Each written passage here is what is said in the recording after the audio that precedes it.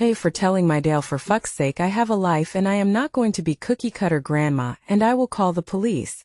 My son and Dale have been married for around 7 years at this point. They have 2 kids. All of my children are out of the home and living their lives.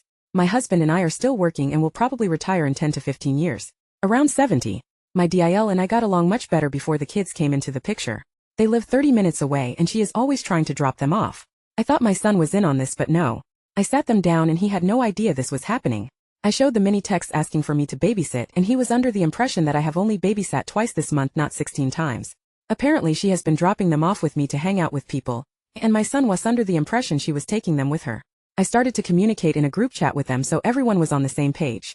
I only respond to her in the group chat, and if she starts to spam me with texts about it, I throw a screenshot in the group chat and have my son deal with it. We have talked and it comes down with her wanting her kids to have the same relationship she had with her grandparents.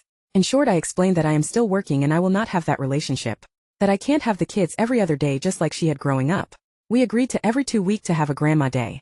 All good for about a year. My son is now traveling for work and she is at it again. The time difference makes it hard to have him shut it down when it happens. I was home for about an hour when she showed up at my home. She wanted me to babysit when she went shopping. I had enough at this point. I told her for fuck's sake I have my own life. That I will not be the cookie cutter grandma she wants, and if she tries to leave the kids with me from now on without my agreement, that I will call the police for abandonment. She called me a jerk and stormed off. My son called trying to smooth it over and saying I may have gone too far. Edit. For everyone going on about how he couldn't know, doesn't he talk to his kids?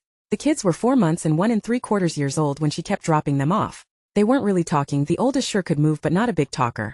It really hit off when she was pregnant and got even worse when the second one was born.